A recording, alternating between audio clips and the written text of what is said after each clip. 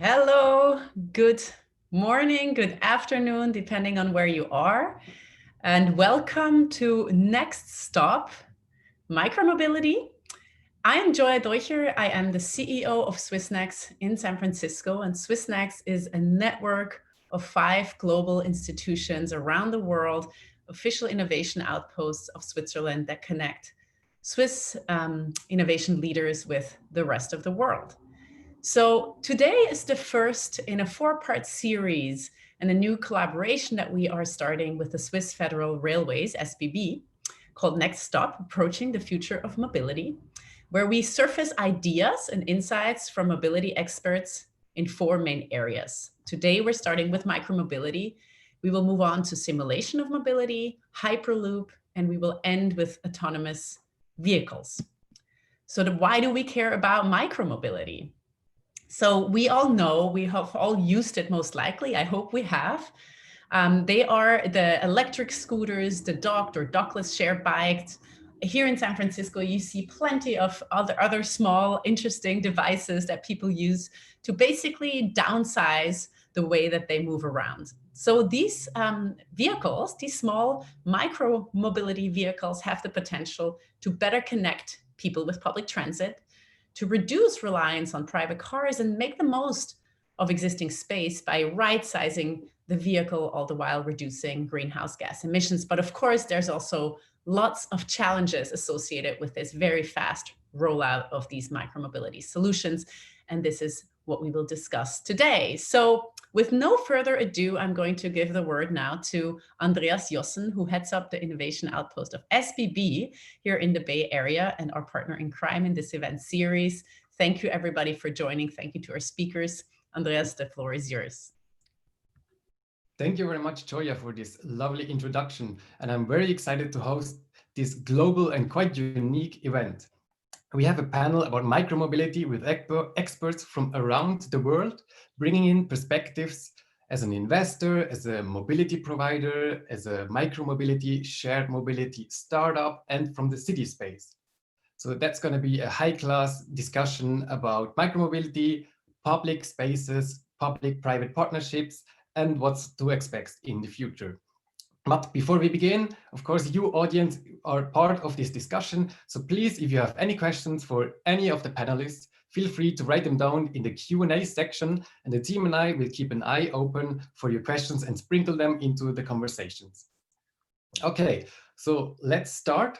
I will ask each panelist individually to join us on our virtual stage and ask them more or less the same questions to introduce themselves and their role in the micromobility space, and also which is their favorite micromobility option. So let's start with André Wienarts. He's a mobility entrepreneur at SBB, the Swiss Federal Railways.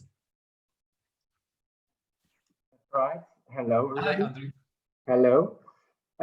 That's right. I am a colleague of Andreas in this case, and I work for the Swiss Federal Railways with new mobility services in general, and specifically for the last 2 years with micromobility.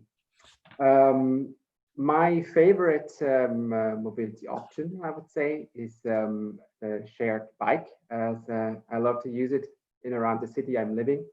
To get really connect the dots, get from places from one to another where I can really cut through the city.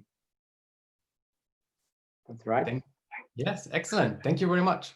Next up is Horace Dediu. You might know him as co-founder of Bond or the founder of Micromobility Industries and the Micromobility podcast. Please welcome Horace. And same question for you. What is your role and what's your favorite micromobility option? I'm quite excited to hear your answer. Oh, well, thank you so much.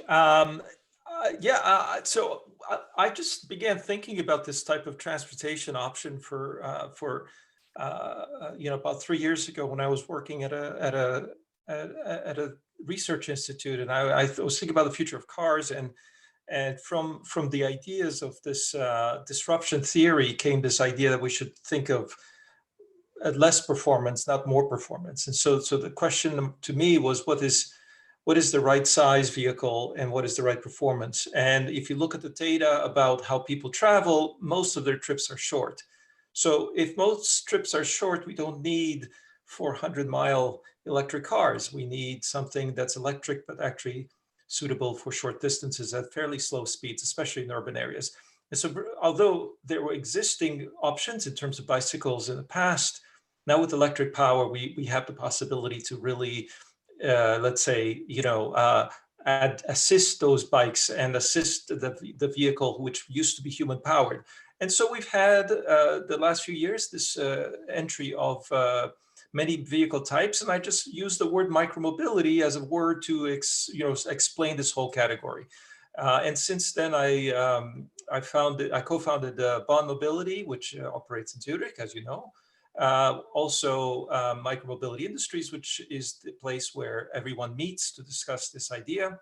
And we have events. And we have podcasts and newsletters. So yes, I'm participating in that promotional side of it. And which one is your favorite micromobility option? Well, of course, I have to say, because I began with Bond so long ago, but I have to say it's the e-bike, in particular the S-Pedelec, which is one of the most rare e-bikes in the world, but it's very, very exciting and fast, and it's like the Porsche of e-bikes. So I really like S-Pedelec e-bikes.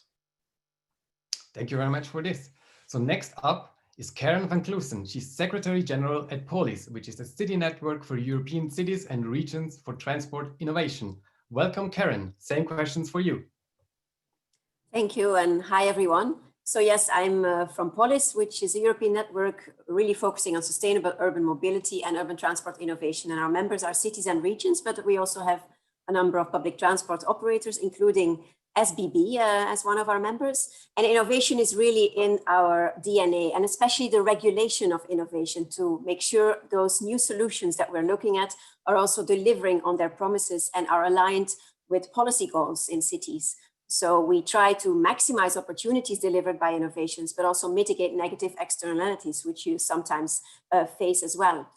Like a year ago, we published a paper called Macro Managing Micromobility, Taking the Long View on Short Trips. I love the title, even if I say so myself, where we really dive into the topic and also look at it from the city perspective, from regulatory aspects, as well as, showing the potential of these new modes as well. We take the dialogue between the operators on the one hand and the cities and the regions on the other hand forward in our governance working group, where we really try to make sure that we facilitate an exchange between the two sides of the story, to make sure that we also have approaches that work for both the public and the private sector. I'll come back to that later on. And we're also engaging in a number of European research and innovation projects in this field, whether it's from a regulatory perspective or in the field of mobility hubs, for example, where these different modes come together in a city, or in terms of traffic models that try to predict the impact of these new modes. And my favorite mode is by all means the bicycle, not just my favorite micromobility mode, but just my favorite mode, full stop. It's the main means of transport that I use. And the e-bike comes second when I'm a bit less active on a day, or if I have to do the hills of Brussels, when e-bikes are particularly welcome. Excellent, very great. Next, we switch from Europe and we go to California. Next, we have Warren Logan, who is the Policy Director of Mobility and Integrated Relations at Oakland's Mayor's Office. Welcome, Warren Logan. Thank you so much for having me. Good evening, everybody, and welcome to California, where it's actually 9 in the morning. It's great to be here. I serve as the Mayor's Policy Director of Mobility, and during COVID, I also am in our emergency response team as our Community Resilience Director. So my role has expanded pretty significantly in the last year. Similar to Horace, I think that my favorite mode is the e-bike as well. I just recently purchased a VanMoof, and I think it's the Tesla of e-bikes, so I think mine's better, but you never know. We can race later. My other favorite mode though, and perhaps my favorite micromobility mode, is my feet. I love walking around Oakland. It's super flat, and I like the pace at which I walk, which is actually pretty damn quick. So e-bike or walking. Great answer. Thank you very much. And of course, we couldn't have a discussion about micromobility and startups without an investor's perspective. So please welcome on stage Shilpi Kumar. She's startup investor and venture partner at Urban US. Hi, I'm Shilpi Kumar. I work with Urban Us. We're an early stage venture capital firm. We focus on climate change and cities. And so transportation and mobility is a huge part of our sector interest. We also focus a lot on the impact side of how sustainable cities are built. And so electrification and micromobility have been a huge part of that, getting fossil fuel cars off the road and changing commutes behavior. I would have to say my favorite right now, I'm also in Oakland, but in San Francisco there, at first it was the jump bikes from Uber, and now it's the Lyft bikes, the electric assist that are part of the public infrastructure in San Francisco. It's a really hilly place. And so having hopping on a bike and being able to go up the hills makes a huge difference. Totally agree. I always take the e-bikes in San Francisco as well. Yeah. So much better. Okay, last but not least, we have Sandra Phillips joining us, a fellow Swiss living in Canada. She's founder and CEO of MoveMe. And her role, she's also a shared mobility architect. Welcome, Sandra. Hey, thank you for having me. This is an exciting event and obviously quite personal for me because it straddles the West Coast with, Switzerland. I've been involved in the shared mobility space for the last 10 years. Originally in the car sharing side of things, free floating car sharing. Then we have worked in micromobility, mostly e-mopeds and e-bikes. And then most recently, the last 2 years, we've really focused on integrating these new forms of mobility with public transit. We probably are quite unique. We've worked shared mobility, architected about 60 projects worldwide. And I will say my favorite micromobility options, even though we don't have it yet in Vancouver, and I'm really hoping we're getting it, will be e-cargo bikes. I have a little toddler daughter and I would love to bring her to daycare in an e-cargo bike. I tried Cargo Velo in Switzerland a couple of years ago and I was like, oh, I wish we had this, but not quite yet. Hopefully next year. Great. Wow. What an excellent panel and so many bike enthusiasts. That's cool to see. So first, let's start our discussion about micromobility. All these bikes, electric bikes, scooters, all of a sudden they showed up, they were on the pavement. And when you were walking there, you didn't even know where to go. So the public spaces were becoming a little bit crowded. So let's talk to SBB, the Swiss Rail, how they handle it. Andre, what is your approach in this? And you brought a video. So let's start with this video first.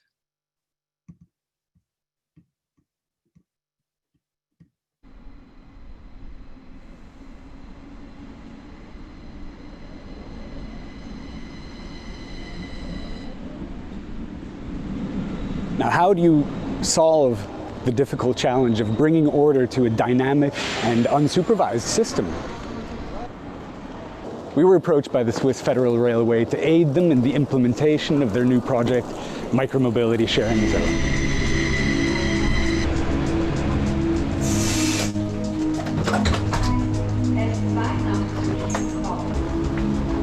At SBB, our goal is to best possible integrate new mobility services and connect them with public transport to enable our customers to travel easily from door to door. With this sharing zone, we're trying to test this kind of physical integration of new mobility services directly at the train station, and by this testing if we can create customer value.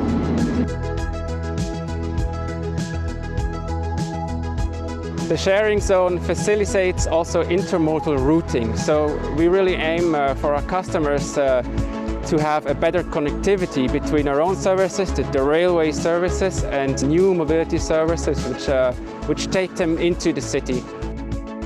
A venture to bring together various partners on the micromobility sharing market and generate one holistic service, basically extending the reach of their already strong arm of public transportation to the fingers of individual mobility.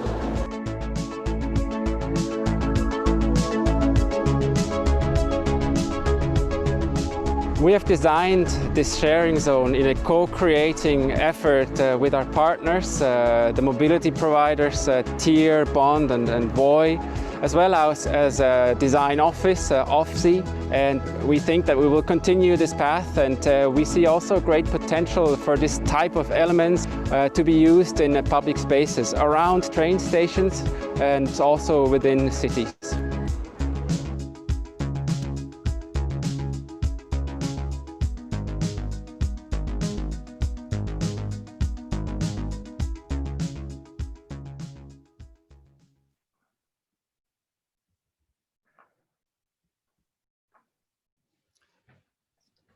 So, Andre, can you talk about this? Right. Well, basically what you've seen is pretty much the result of well, an approach that dates back about a year and a half ago, I would say, for SBB, almost 2 years really, when micromobility first really popped up in Swiss cities.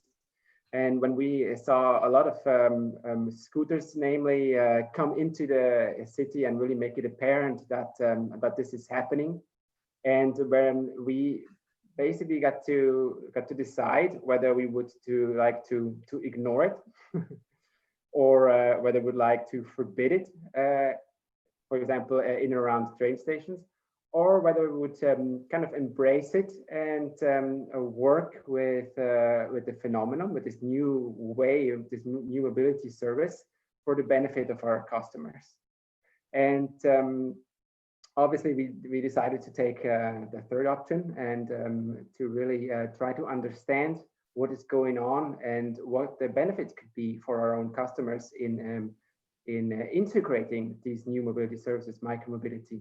And the benefit is quite obvious in the way that it's for us almost a new way of arriving and also departing from a train station, and that we need to take this into account when designing the train stations and improving them in the future. We see our train stations, or we understand them as mobility hubs. So they play a very vital and important role within the different cities where they're located. And therefore, in playing this role, we have also responsibility in making the connections easier for intermodal routing, and kind of easing the way, the interconnection for the possibilities on the first and last mile of mobility service. So that was our approach, and we are at this point where we're right now exploring, learning what we can do, how we can improve, how we can work with what we see. And we have created this kind of sharing zone, which is also the result of this 100-year study. We started off with just a parking lot somewhere on the main train station, and encouraging people to go there to leave their micromobility vehicles, but also pick them up. And we've seen that it helped really a lot in gathering, I would say, the chaos that sometimes occurs around the train station with these vehicles, creating an order, but also improving really that service in terms of availability for our customers, so that they can plan ahead and say, okay, I know where I can find a shared bike, or I know where I can find a shared scooter, and I can count it in, and therefore have more reliability on the intermodal route, which includes our own train services. So that's where we started, and then we saw, okay, let's make it, let's bring it closer to where people are, due to the nature of micromobility, which people don't like to, walk very far to go pick up a bike, or walk very far to go pick up an e-scooter, even less. So we said, okay, we have to, create a way of coming closer to where people anywhere go in and out of train stations, and to kind of, yeah. And with this approach, the design question really became much more important. The question, how can we integrate into a urban space, without diminishing the living standard, the quality of that space, and that's when we turned to design office and to our partners to be able to answer these questions. And that's now what you've seen now is our pilot, our first designed sharing zone.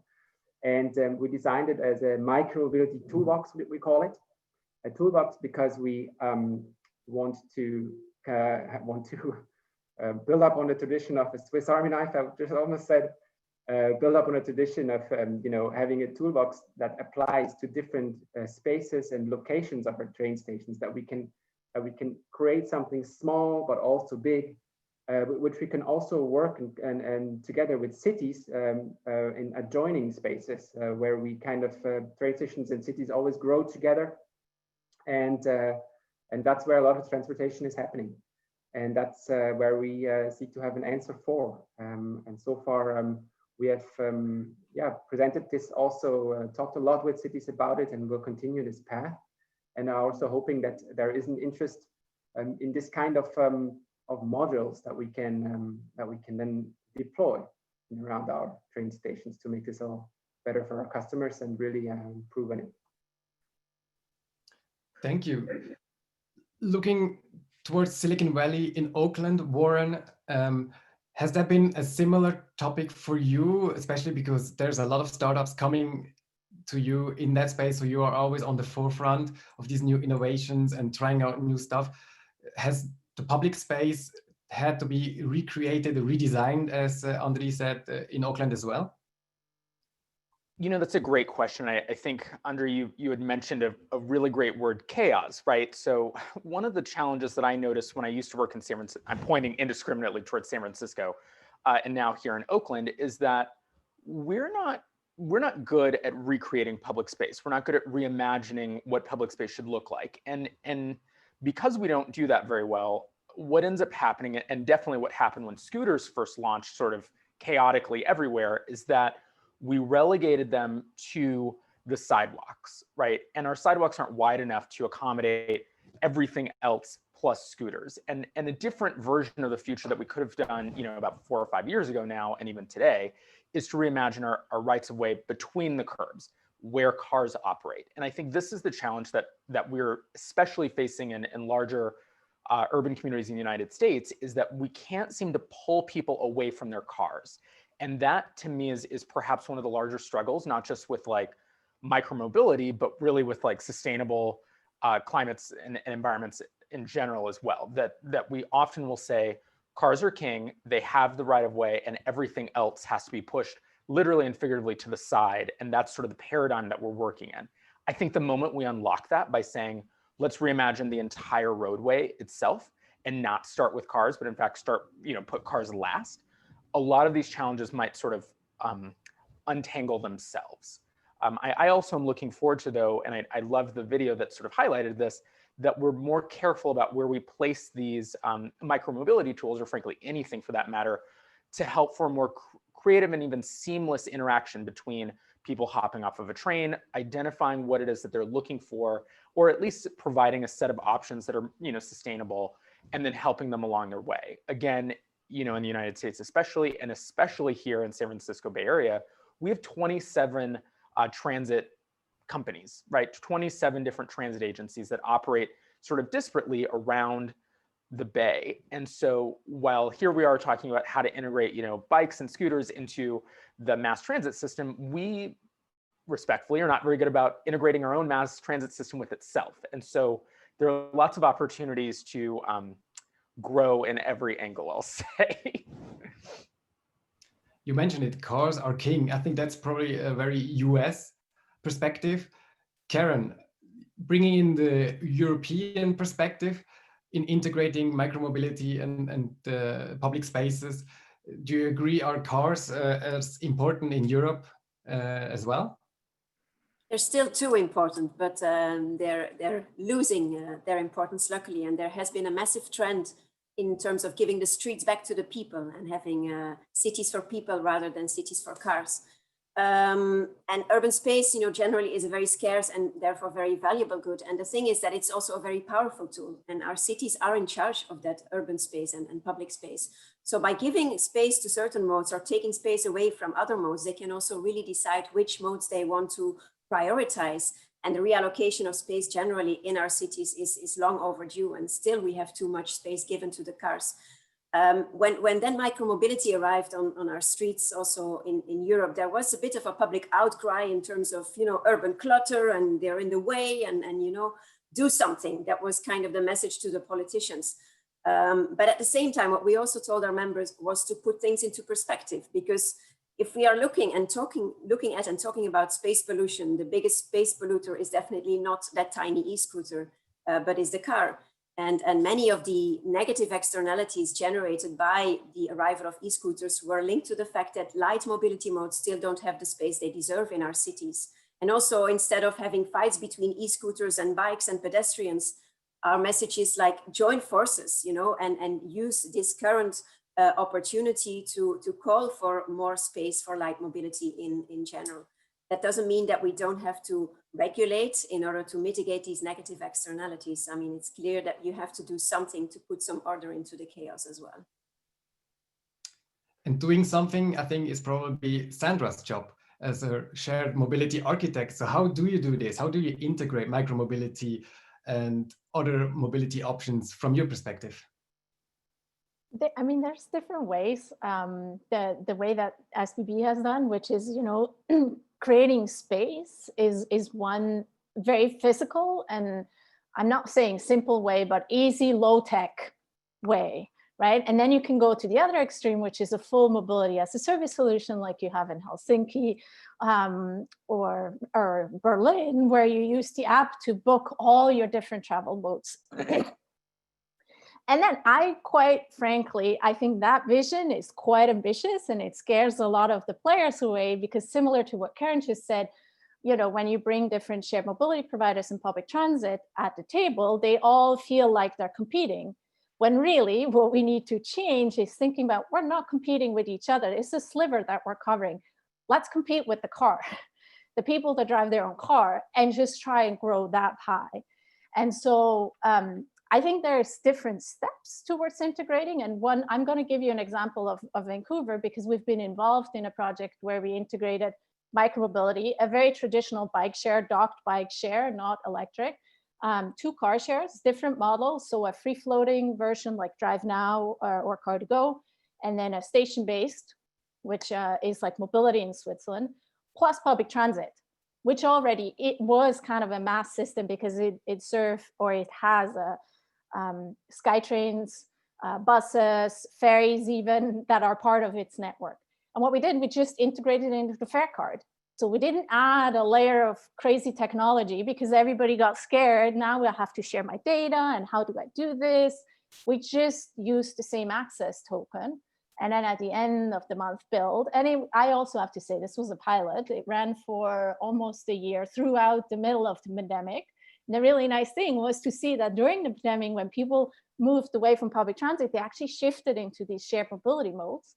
And it proved the value, and it also built a relationship. So throughout that almost 1-year pilot, the group got comfortable with each other and now committed to building the next version. I can't really say too much about that because it's not yet publicly announced, but there is going to be a next version where they're a lot more comfortable with doing more than just quote unquote integrating the fare card, which, just side note, was challenging enough to do.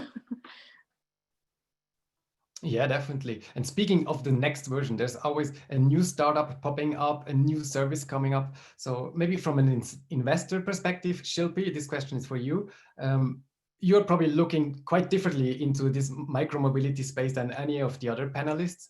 And a few years ago, a lot of startups were created and founded in this space, and we were expecting that there would be some mergers, some startups would die, but still there's a ton of different startups. Is this still happening now? Where do you see this? Where will the market go? Yeah, I think the mergers and acquisition question is interesting. One observation I have on like the last 7-8 years of micromobility, I think as long as I've been in this space, is, you know, everyone is saying getting people out of cars is going to be, especially in the US, is going to be so difficult.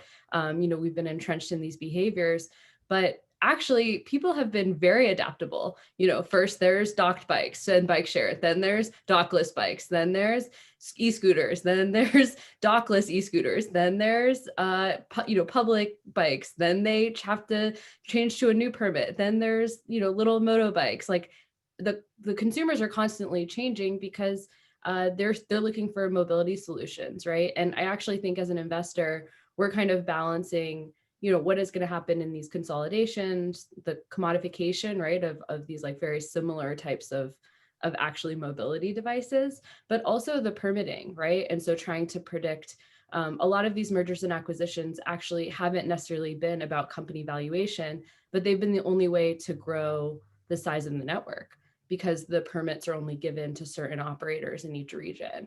And so I think a lot of it was a growth strategy, which is there were very few ways for some of these companies to grow. So I think as we look forward, we've actually, our firm specifically hasn't made so many investments in the mobility operators themselves. I think one of the things we're always looking for is, what is the infrastructure that's needed? What is the software that's helping these companies monitor operations and grow their network? And how does this trend change transportation overall? And what does that look like in terms of the toolkit you need to navigate all these different options? I'm just thinking of one time when you had 5 or 6 different apps just to navigate transport in the Bay Area, including public transport. And so I think the consolidation of that user profile is something we're still learning. JP mentioned it.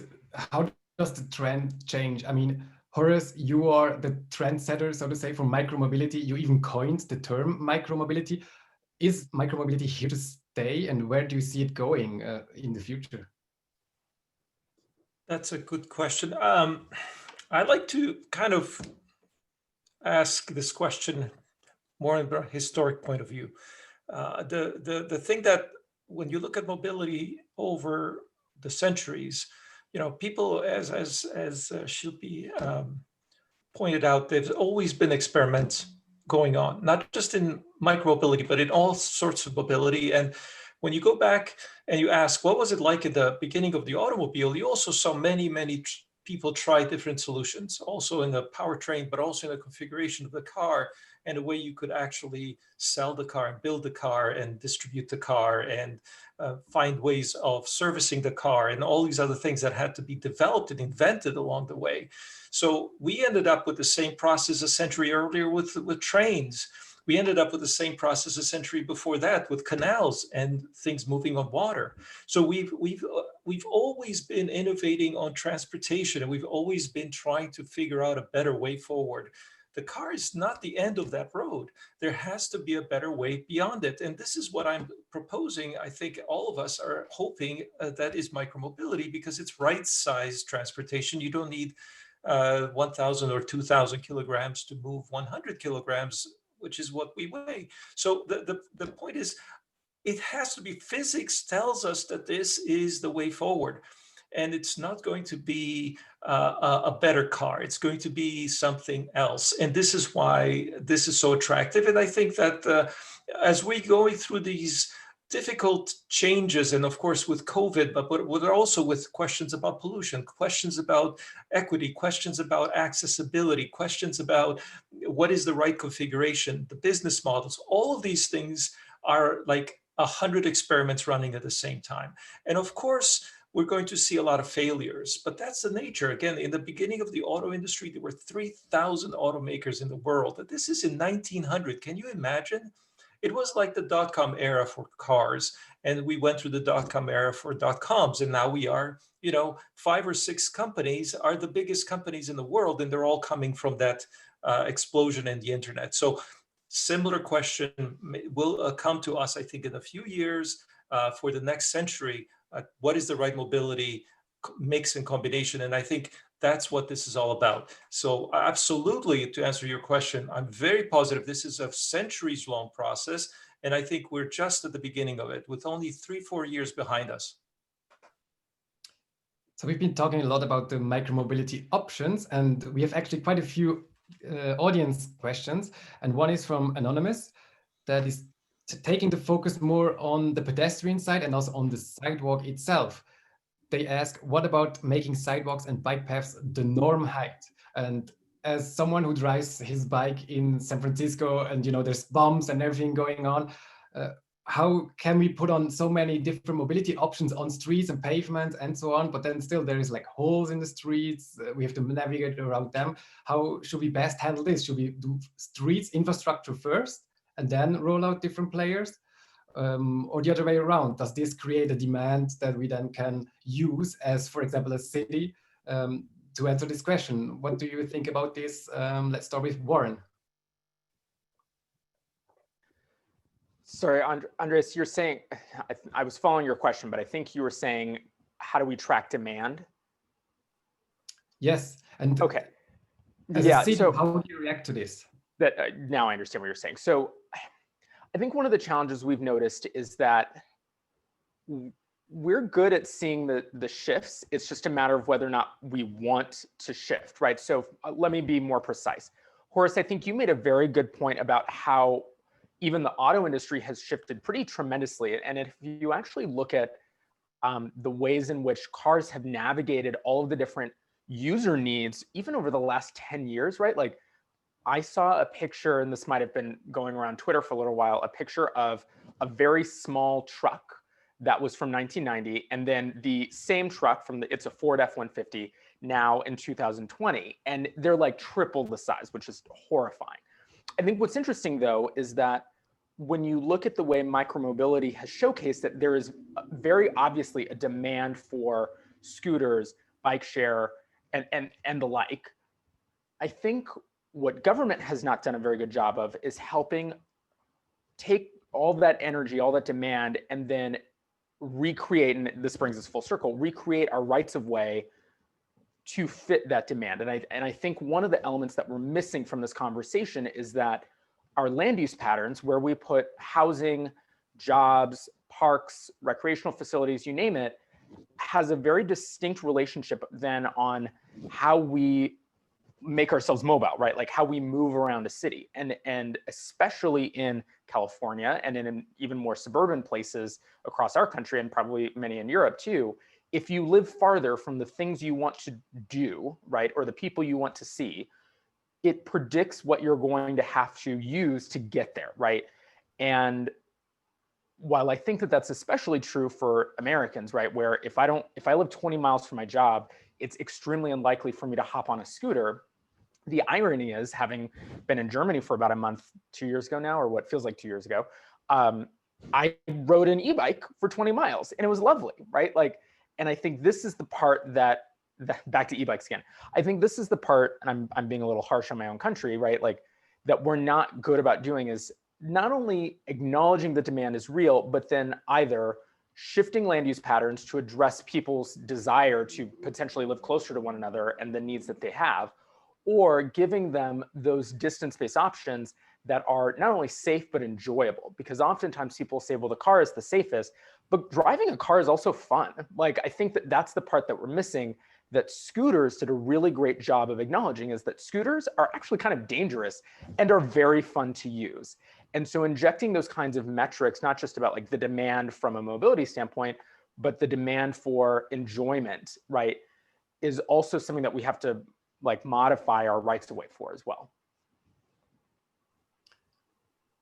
Maybe looking into Europe, maybe Karen has some insights. We have a question from Dieter Reuter, who asks, where do you see opportunities for pedestrian mobility? How can we support people who prefer to walk?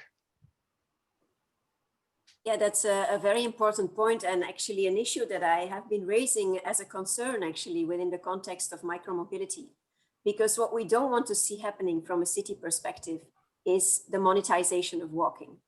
And this is relevant for micromobility, but also beyond that for mobility as a service once that is rolled out. What we see already today is when you ask for a walking route in Google Maps, for example, it's trying to nudge you towards an e-scooter.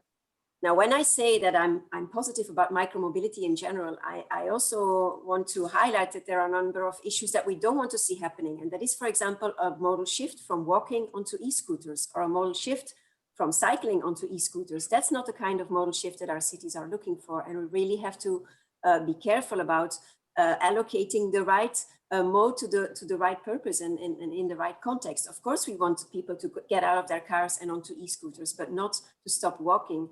Because there is a tremendous health benefit as well for for walking. Also, we don't want e-scooters on the pavements or the sidewalks. That's clearly also not something that is beneficial for pedestrians. So while it's a new mode that our cities need to accommodate, it's also something they need to take into account. And in some cases, it might also be a decision of a city to say, I don't welcome e-scooters because I don't see a useful context in my city. Bilbao has a modal share of over 50% for walking. And they have started to grow cycling as well and have a high public transport share as well. So they don't see an immediate role for the e-scooter. And I think that's also a decision you have to accept. In the Netherlands, a country where everybody has at least 3 bikes, owned bikes, they see less of a potential use case for e-scooters as well, because again, this unwanted modal shift might be happening. And even bike sharing is questioned there because there are already so many owned bikes. So really we have to look at the local context and see which modes make sense in which specific city situations. And we have to protect the value of walking also in mass, where we don't want a commercial mobility as a service system to nudge people towards e-scooters because that is generating revenue. Well, whereas walking from an economic benefit perspective for a city is also very valuable. People who walk around your city will also be visiting the shops, for example. Karen, if I may, just really quickly, I love that point about not trying to trying to discourage monetization of pedestrian space or even of people walking. A flag, and I think herein lies the difference between many of our countries, is that at least in the San Francisco Bay Area, the most expensive places to live are the most walkable, right? The best places, the most vibrant places to walk and to use transit are also the most expensive. And so to some degree, and I've shared this with many people, especially when I think about Oakland, I think a lot of people think that wealth is held in driving and that everything else is sort of like subsidiary to that, right? Whereas in fact, in Oakland, and I think a lot of other growing cities in the United States, there are many people in the city that are so poor they have to drive, because to afford living in the larger metropolitan area, they have to live so far away from the center that the only way they are able to get back to wherever it is they're trying to go to is to drive. And so I only inject that to this conversation to consider that I think the paradigm in which we look at walking is the cheapest actually relies on an understanding that misplaces the fact that housing, which is like, in my mind, like the most important policy lever, actually is a major predictor then of like your ability to choose cheaper or less expensive mobility choices, right?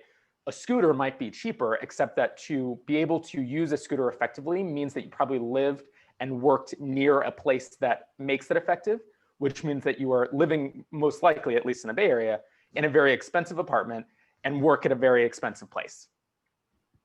Yeah, no, that's a very good point, if I may quickly respond to that. And I think there's a lot of untapped potential when we talk about suburbia, which tends to be very car dependent, but it's not where the new mobility services tend to go. They all focus on the commercially more interesting city centers, where actually there are a lot of other alternatives in place as well. So I think that's particularly for suburbia, where we need public-private partnerships and a better integration between different modes to reduce that car dependence, and also through subsidies, for example, create a necessary critical mass so that it also becomes commercially interesting for the operators. Well, and Karen, maybe I'm bringing in Shilpi and Andreas. Sorry, I'm taking us to the side for a second, but I have been making the same argument to a number of investors here in the Bay, because to me, I mean, I'm happy that people have been investing in scooters and everything in downtowns, but the folks I'm trying to get out of their cars are people driving from their suburban homes to the grocery store or even to see their friends. And I think to myself, I'm like, it would be so pleasant to ride on an e-bike,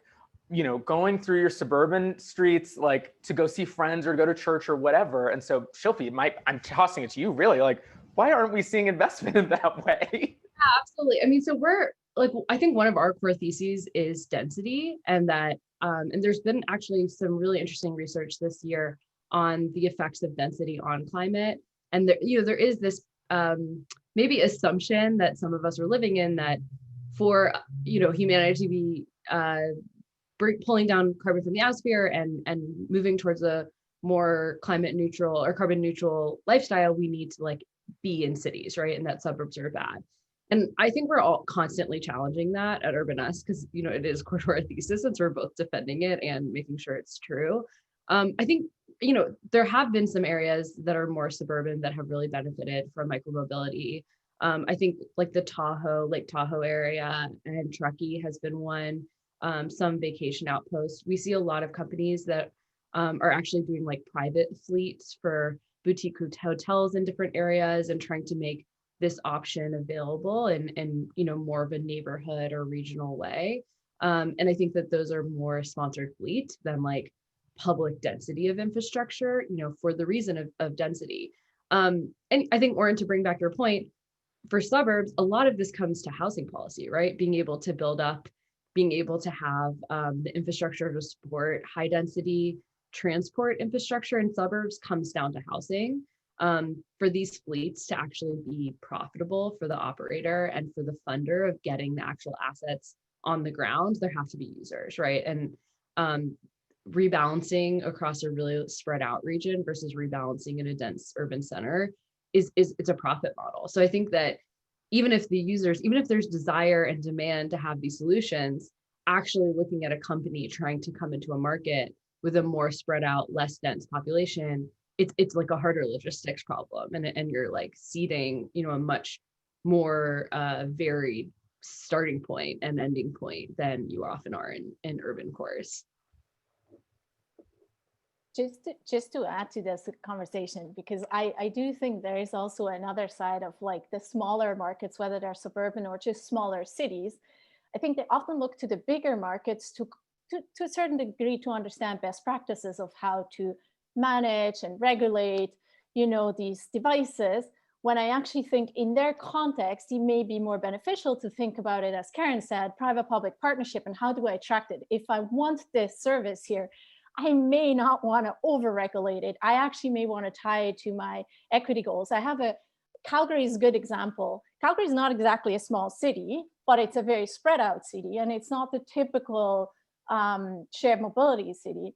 And their regulations were more expensive than in Vancouver, or the licenses to operate one. So what they did, they lost a bunch of their shared mobility services and then came back to the table and said, okay, what do we need to do to attract somebody? Because we had 30% of our population actually subscribing to it, and they're mad at us, and they're all going to buy cars now. So what do we need to do? So they adjusted it, and they adjusted it with a lens of like, okay, what do I want to attract in which neighborhoods? And so there's a different pricing structure. All I'm trying to say is like, maybe there also needs to be a recognition that if you are a suburban market or smaller community, you can't just copy what San Francisco has done, because they have to do this because everybody wants to be in San Francisco. Do not copy, right? What San Francisco has done. Sorry, go ahead, keep going, Sandra. or copy what New York is doing. All I'm trying to say is don't copy the biggest market. Maybe pick one that is similar size. Well, and I think also for operators, for some of the companies going into these markets, don't copy the business models. Like I just looked at a company, I saw someone in the Q&A asked about colder regions and when there's ice and snow. And actually their e-bike company is going to market with short-term leasing, where people can have 3 to 6 month leases for e-bikes during the summer. And it's a different business model that supports this desire to have e-bikes during some parts of the year and not other parts of the year, which is really responding to like what that base is and what that market dynamic is in terms of environmental conditions and what the solutions are going to be. And so I think when we think about micromobility, we think about all the different devices, but there's also like all the different business models, all the different infrastructure, all the different ways that we're going to use them during different times of the year. Well, and Shilpi, it's funny that you mentioned that, and maybe I'm bringing Karen back in for the like public-private partnerships as well, is that, so Oakland is obviously not very far from San Francisco. And what's interesting is that San Francisco has a burgeoning, you know, e-bike scene, et cetera. Oakland, we can't attract that kind of investment, in part because, you know, I've heard from a number of investors, when you leave scooters on the road, they end up getting vandalized, or they just get broken or stolen, whatever. But there's so many people here in Oakland and especially in the flats of the East Bay that people do want e-bikes. Like there is a value add to them. And so what we've been looking into, and I'm almost really repeating what you just said, is there a way to provide either long-term lending or even a pathway to ownership where, you know, you say, instead of renting this minute by minute, we're actually going to lend you this e-bike for the summer. And then if it works out, we'll find a program to just give it to you at the end. And again, it's actually kind of funny because when e-bikes e-scooters first launched in Oakland, we didn't touch them. We're like, we don't have a regulatory model for this, but we just want to see how does it go, right? And we found that a lot of high school kids were using them, which technically was not legal. I'm going to hold that aside. But the fact that so many teenagers found such a great use for them means that there is a business case for like teen mobility. And I think many of the parents probably in the virtual audience know this as well, that, taking your kids from different places, especially if the subway's out or whatever, is also a burden on families, right? So that's another untapped market that we haven't quite figured out how to address, which is like getting your kids, or really your teens and your young adults, to their destinations without like parental oversight. And can micromobility help with that? That's also a question from the audience. There's a lot of inclusion going on. Margot is asking, what about families? What do you do if you have kids? CJ Werberg is also asking, if you cannot, micromobility caters to individuals, but what if you have a group, multiple people? How do you handle this? I mean, you can all fit them into a train, but that's not micromobility anymore. How do you tackle this market best? If I may, so the one thing about micromobility that's exciting is that it's evolving at approximately 6 months cycle, meaning that every few months a new vehicle comes out, usually from the same company. So you'll see a new scooter every 6 months, maybe every year you'll see a new e-bike from the same company. So this is on the same rate of change approximately as the smartphone or the personal computer. And it's not the same rate of innovation that we see in automotive, or certainly in rail or aviation. In aviation, I think the 747 is coming out of its use now after 50 years. So you're looking at decades depending on which mode you're thinking about. So the beauty of micromobility is it is like the fruit fly. It has a short life cycle and it evolves rapidly, and that makes it a great experimental organism. And so what I would answer to the questions about what is not good enough about micromobility is that it will become good enough on many, many bases, because it is simply going to evolve rapidly. And the demand from people who ask these questions and say, what about kids? What about multiple passengers?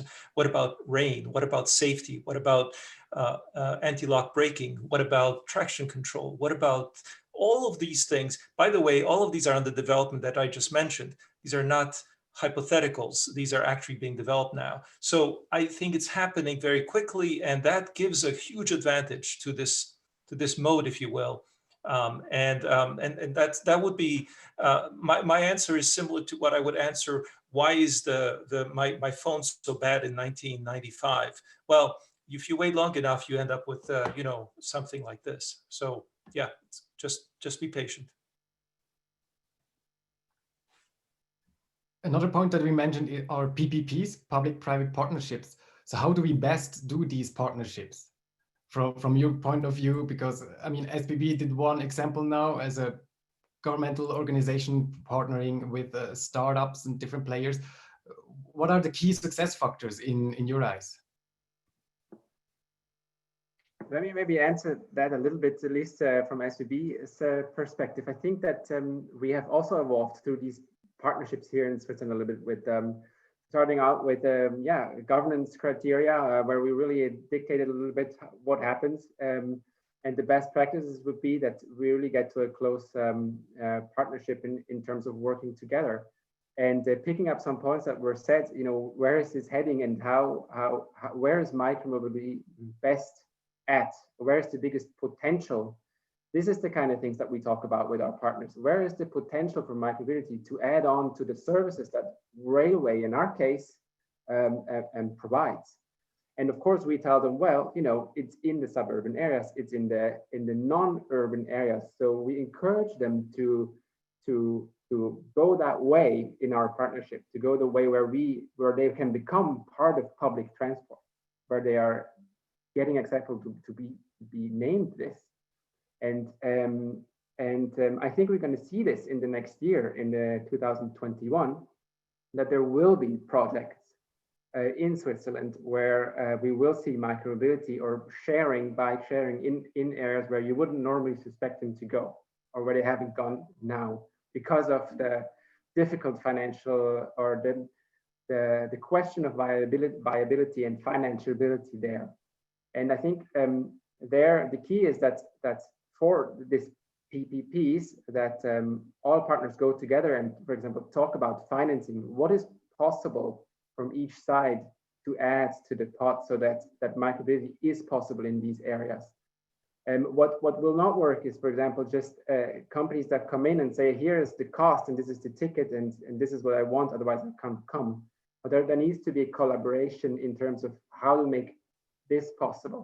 And I think we're going to see this here, and also hopefully in other cities. I don't know whether how it will be in the US. Maybe we can talk about this from an investor perspective. What, where one would think there might be contradictory interests. Karen, you also raised your hand. Yes. You wanted to say something. Yeah, so in the discussions we are having with our cities, and also in dialogue with the operators, public-private partnerships have come to the forefront as a priority topic, in combination with a better integration between public transport and new mobility services. And SBB, I think, is really an excellent example in terms of how you can do it, how you can physically and digitally integrate these services. But we also have good examples coming from cities, and also from smaller cities. Just to mention the city of Leuven, my own hometown, but I'm absolutely neutral, the current capital of innovation also in Europe. They are a medium-sized city of, well, in our eyes, medium-sized, of a little more than 100,000 inhabitants. And they have introduced very interesting public-private cooperation models. First of all, by introducing e-hubs, mobility hubs across the city, where different services come together, not just in the city center, but also in the suburbs, and partly subsidizing those services as well, including also shared e-cargo bikes, by the way, so targeting also the target group of families. And beyond this physical presence of shared mobility services at these hubs, which is also a way to put some order into the chaos from an urban space perspective, by the way, they also are introducing subsidy schemes and pricing schemes in the context of mobility as a service. When certain trips that are being chosen in the context of mass meet equity goals from the city perspective, whether it's reaching certain target groups or whether it's making certain areas in the city more accessible, these trips will be automatically subsidized in that mass context. So that's an interesting way also for the city to meet equity and inclusion goals, but for the operators also to have an interesting and more viable business case. Because honestly, if we look at the pricing schemes of many of these micromobility operators right now, which are still in many cases living off their venture capital, we see that the price is a challenge. If we want these modes to become part of our daily commutes, well, you have to be very wealthy if you want to make that happen today. So we also have to look into making these modes more affordable, and that way also more accessible for a larger group of citizens, and not just the hipsters and the urbanites. So just a concrete example of a medium-sized city where these public-private partnerships seem to be working well. Thanks, Karen. And we are approaching the final minute of our panel, unfortunately, already. I would love to talk to you guys more. So let's use this final minute maybe for an outlook. Someone in the chat asked, will or does the pandemic influence micromobility? It would be great to hear from each one of you your final words. If it will influence, and where do you see maybe in the next year the future of micromobility go? Who wants to go first? I can start. So I've been thinking about this a lot, trying to do some post-pandemic forecasting.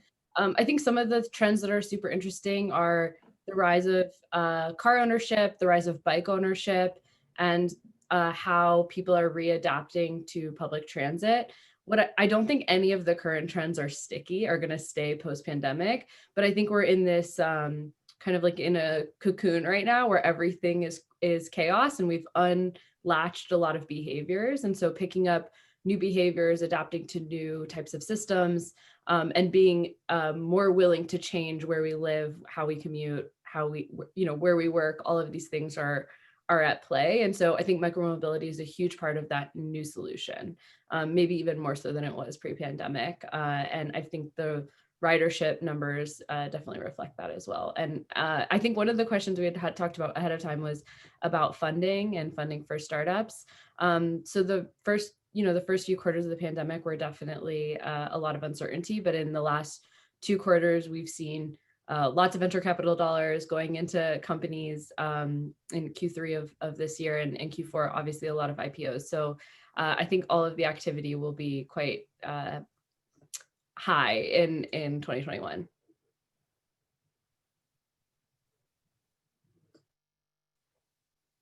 Picking up from that, Shilpi, and I'll just keep us going, which is that I think that Oakland, like many other cities, has shown a really high amount of risk tolerance lately. I think many people have heard of our Slow Streets program, where we just shut down a bunch of streets throughout the city. And full circle here, I think that we're really starting to replace the car as king with social interaction in our public streets. So I really think that COVID has at least shined a new light, or more light, on all the different opportunities. And hopefully, as we get through this, and as people are becoming healthier, that we're reminding ourselves of what's important and what are the other futures that we can see now that we don't have our blinders on as much. So, and I think that micromobility is a really critical component of that, moving out of COVID and sort of into the 21st century.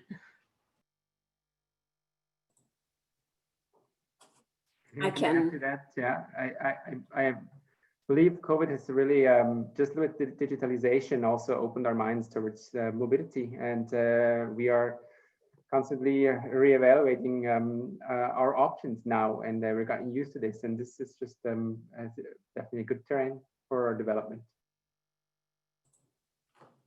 I think we have a window of opportunity in front of us that we have to use. It will not happen naturally. We will have to be proactive to make good use of it and build back better. But I think if ever there is a momentum for the sustainable urban mobility modes to join forces, it is now, just to avoid a massive turn to the private car as the safety bubble and make problems we were already facing prior to the pandemic even worse.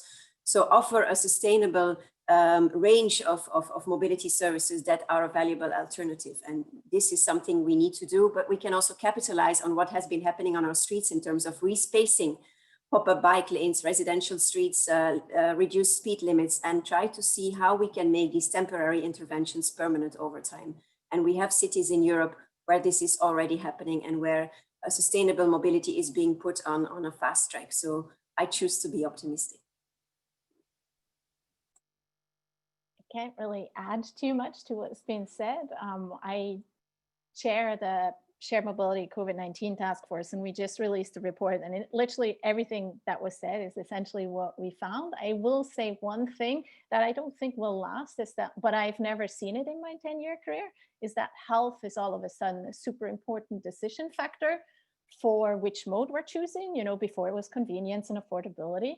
And obviously cities and industry has reacted. So on the city side, it's more infrastructure build out, which I'm also optimistic with Karen and hope this will stay. I mean, at least in the Canadian context, a few cities have committed to keeping some of this new micromobility infrastructure. But the other thing that I think on the industry side, and we kind of touched upon it, I think Shilpi mentioned it, is there's a move towards longer term rental and subscription mode, especially on the e-bike side, which my understanding from some of the bigger micromobility players is that it's been really challenging to make that financially viable. And perhaps this longer term subscription model is where, the e-bike side of things and hopefully e-cargo bike side of things will land. Yeah, there's not much else I can add either, but it's important to keep a long-term perspective of things like this. This is not going to change behaviors short term. As I said before, we're part of a long cycle here, and I think the COVID event, if anything, has increased the visibility of micromobility. People have seen these vehicles on streets, and they've seen them being, skies being clear as a result. And so it's positive from a brand point of view. I think micromobility is here to stay, and is getting endorsed more and more by policymakers, and even Joe Biden mentioned it publicly. So I hope to see more from the political side, more assertive, progressive moves in this direction. Awesome. I like this optimistic and long-term view that you guys are all bringing into this space. It has been an excellent discussion with you guys. I would personally like to thank you for all these highlights that you have brought into this discussion. Thank you very much, Karen, Andri, Warren, Sandra, Horace, and Shilpi, and of course, everyone from the Swissnex team. It was a pleasure to talk to you. The conversation was really cool. We had a lot of questions in the Q&A section. I copied them. We will try to reach out to the people and answer those questions later. To the people in the US and Canada, have a good morning, a remaining morning. To the people in Europe, hopefully this was your last meeting. Enjoy your evening. And just one more final advertising. If you like this discussion, we will have the next discussion about Hyperloop from February 1st to 4th, where we will discuss Hyperloop in Switzerland and in California from a cargo perspective, passenger perspective, and also infrastructure perspective. So hopefully see you there. You can join us in this discussion again, follow Swissnex or myself on any social media, and you will be updated. Thank you very much, guys. Thank you. Thanks. Thank you. Bye, everybody. Bye.